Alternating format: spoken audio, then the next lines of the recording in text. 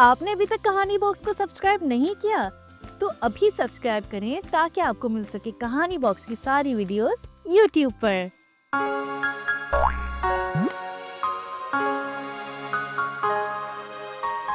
Hello kids, welcome back to Kahani box.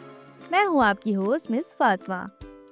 رمضان کے ختم ہونے پر ہم اکثر دو طرح کے جذبات محسوس کرتے ہیں۔ ایک طرف تو عید کے آنے کی خوشی ہوتی ہے اور دوسری طرف رمضان کے جانے کا غم، کیونکہ رمضان ایک ایسا مہینہ ہے جو اپنے ساتھ رحمتیں اور برکتیں لے کر آتا ہے اور اس کے جانے پر دل اداس ہو جاتا ہے۔ عید کا دن ہمیں یہ یاد دلاتا ہے کہ ہر گزرتا ہوا سفر ایک نئے آغاز کا ذریعہ ہوتا ہے۔ عید کے دن ہم اپنے دوستوں اور گھر والوں کے ساتھ خوشیاں مناتے ہیں اور یہ دن ہمیں یہ بھی یاد دلاتا ہے کہ ہمیں ہر گزرتے ہوئے لمحے کی قدر کرنی چاہیے اور اپنوں کے ساتھ زیادہ سے زیادہ وقت گزارنا چاہیے۔ تو چلیں دیکھتے ہیں یہ پیاری کتاب عید مبارک۔ عید مبارک۔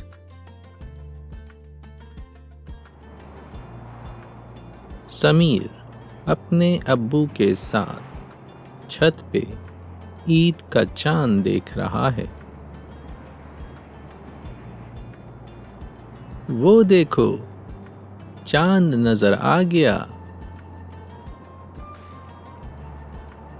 رمضان کا مہینہ ختم ہوا، کل پہلی شوال ہے اور عید کا دن ہے۔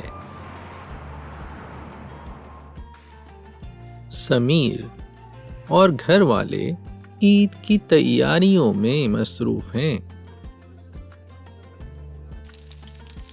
ایک طرف امی عید کے لیے مزے مزے کے کھانے تیار کر رہی ہیں تو دوسری طرف سمیر ابو کے ساتھ گھر کی سجاوٹ میں مصروف ہے۔ اگلے دن سمیر صبح سویرے تیار ہو کر عید کی نماز پڑھنے جا رہا ہے۔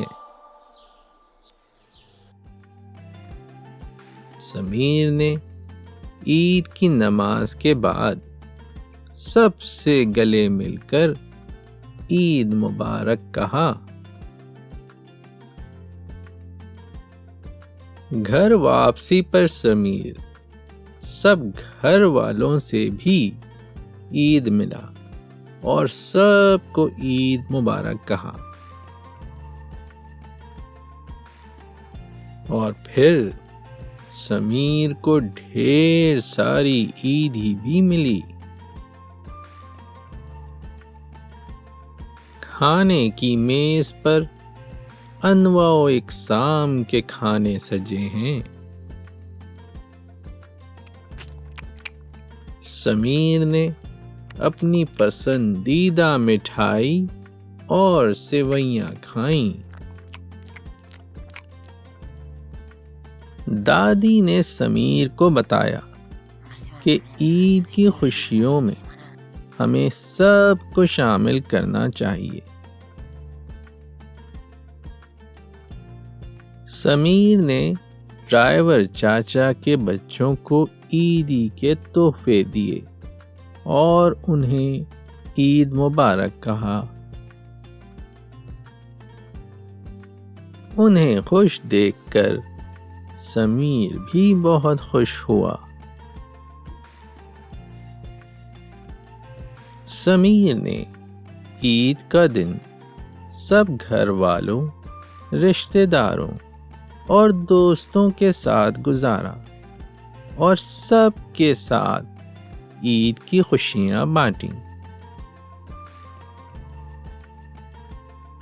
کتنا پیارا دن اور کتنی ساری رحمتیں۔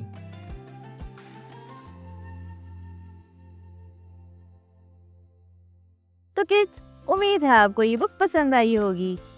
اپنی فیملی کے ساتھ عید کی خوشیاں منائیں اور یاد رکھیں، اصل خوشی بانٹنے سے ہی بڑھتی ہے۔ تو چلتے ہیں اپنے نیکسٹ سیگمنٹ کی طرف۔